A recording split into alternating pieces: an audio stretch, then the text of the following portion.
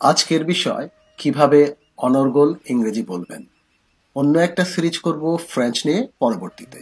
যারা অনর্গল বাংলা বলতে পারেন তাদের কাছে ইংরেজি বা ফ্রেঞ্চ বা অন্য ভাষা অনর্গল বলতে পারা আসলে পান্তা ভাত হওয়া উচিত।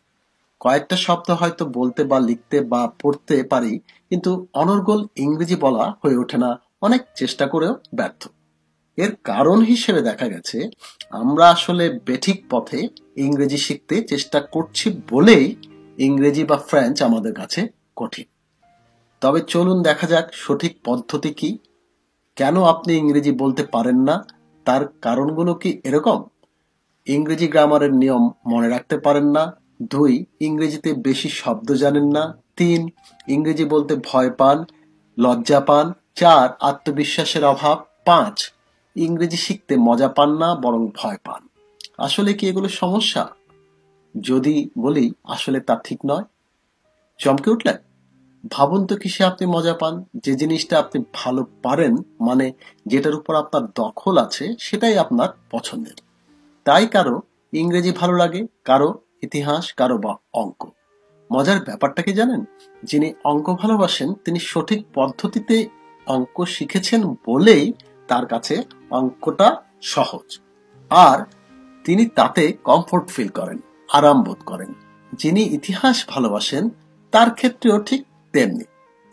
তবে এর থেকেও বড় কারণ হলো, যখন বাংলা বলি তখন আমরা তা বাংলাতেই চিন্তা করি, কিন্তু যখন একই বিষয়ে ইংরেজিতে কথা বলি তখন সেই বিষয়টি প্রথমে বাংলায় চিন্তা করি মাথার ভেতরে, সেটাকে ইংরেজিতে অনুবাদ করি, তারপর সেটা ইংরেজিতে বলি।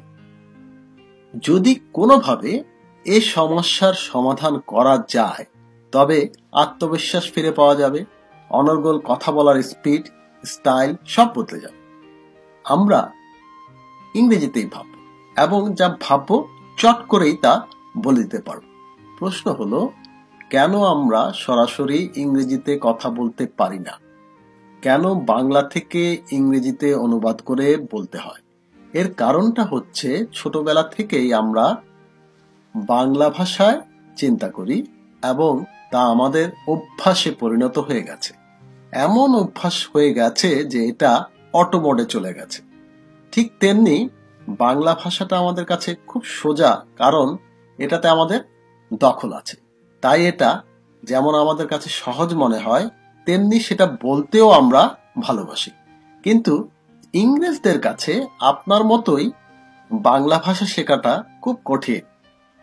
একে বাংলা থেকে ইংরেজিতে কনভার্ট বা ট্রান্সলেট করে বলতে হচ্ছে, তার উপর আবার গ্রামার ঠিক আছে কিনা তা খেয়াল রেখে বলার চেষ্টা করছি। এভাবে কি ইংরেজি শেখা সম্ভব? এরকমটাই মনে হওয়া খুব স্বাভাবিক। কেস জন্ডিস, মানে ইংরেজি সম্পর্কে ভয় জন্মাচ্ছে। শিখতে পারছেন না, শিখতে পারলেও বলতে পারছেন না, আর বলতে পারলেও ফ্লুয়েন্টলি মানে অনর্গল বলতে পারছেন না। প্রশ্ন করুন, ইংরেজদের কাছে যে বাংলা ভাষা খুব কঠিন, সে কঠিন ভাষাটা আপনি কি করে শিখলেন? আচ্ছা, প্রথমে শুরু করা যাক রিডিং দিয়ে। আপনি কি স্কুলে গিয়ে বাংলা পড়তে শেখার পরেই কি বাংলা বলতে শিখেছেন? নিশ্চয়ই না। স্কুলে যাওয়ার অনেক আগেই আপনি বাংলা বলা শুরু করেছেন। তখন আপনি অ আ ক খ জানতেন না, তাই না?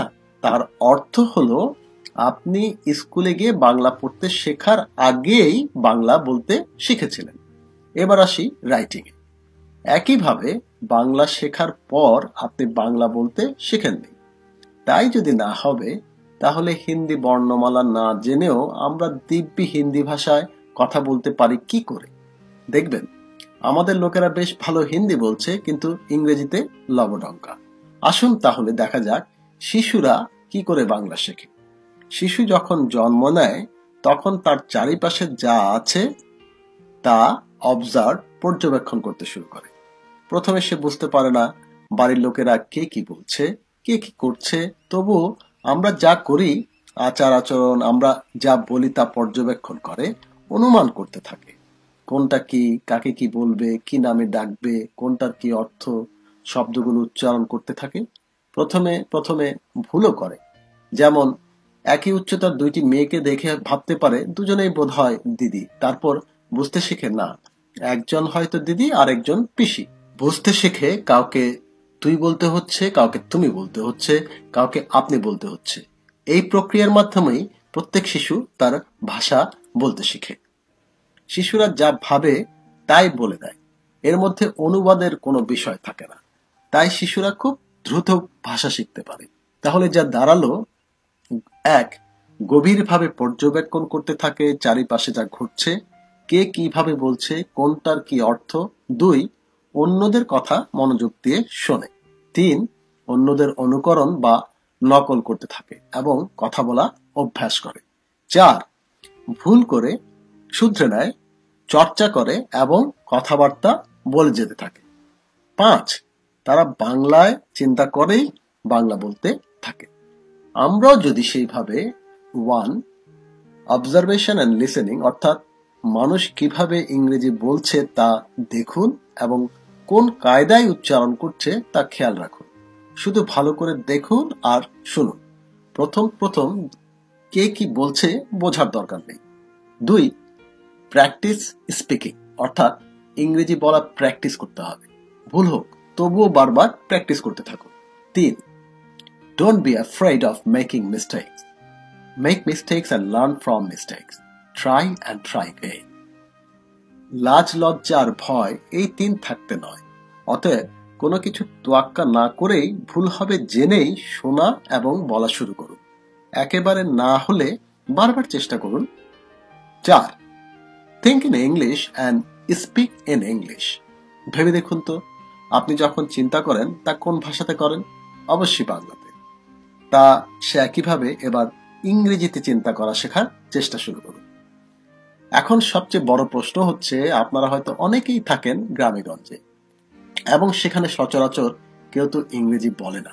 তবে কিভাবে ইংরেজি শুনবেন এবং কিভাবে প্র্যাকটিস করবেন? সেজন্য পরের ভিডিওটি দেখুন, যা 2-1 দিনের মধ্যে প্রকাশ করার ইচ্ছা আছে, যদি আপনাদের থেকে অনুরোধ আসে।